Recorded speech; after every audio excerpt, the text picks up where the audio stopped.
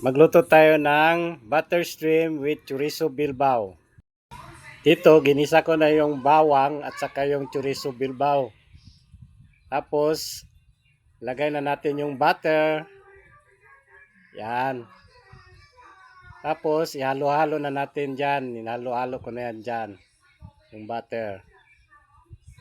Yan. Hanggang matunaw yung butter natin. Yan. I-slice na natin para madaling matunaw. Ang bango. Bango talaga basta malagyan natin ng butter yung niluluto natin. Pero depende sa luto mga kalots.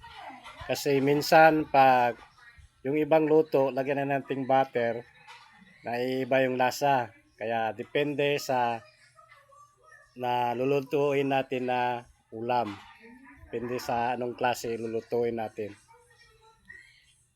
Yan na guys, tunaw na yung butter. Tapos ilagay na natin yung siyempre yung hipon. Yan, kalahating kilo lang yan hipon mga kalots.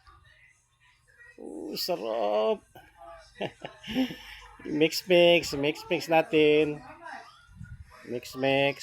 Tapos nilagyan natin ng isang sachet na oyster sauce para pangdagdag lasa mga kalots. Subukan nyo nito mga kalots, mang sarap nito.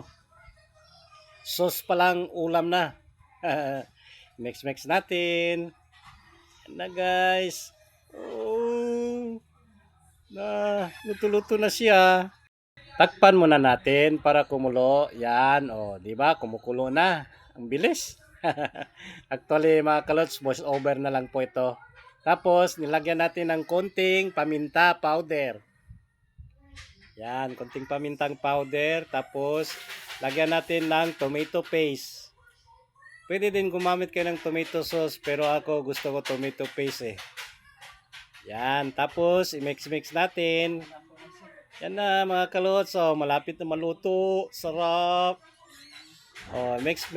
Ayan. Ayan na guys. Yummy na. Sarap mga kalots.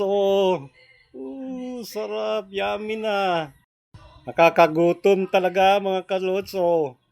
Pakuluin muna natin. Tapos lagyan natin ng kunting tubig para may sauce siya. Kasi ang sabaw pa lang nito o ang sauce, ulam na. Takpan muna natin para kumulo. Ayan na guys, kumukulo na.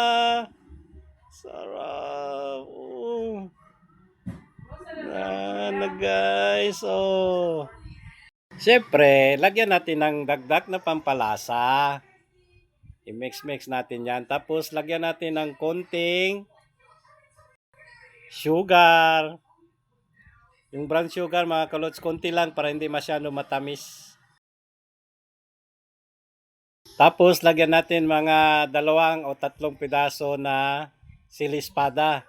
O kaya yung mahaba na sili, yung green na sili. Yan na sarap. Sauce pa lang, ulam na. Yan na guys. Luto na guys.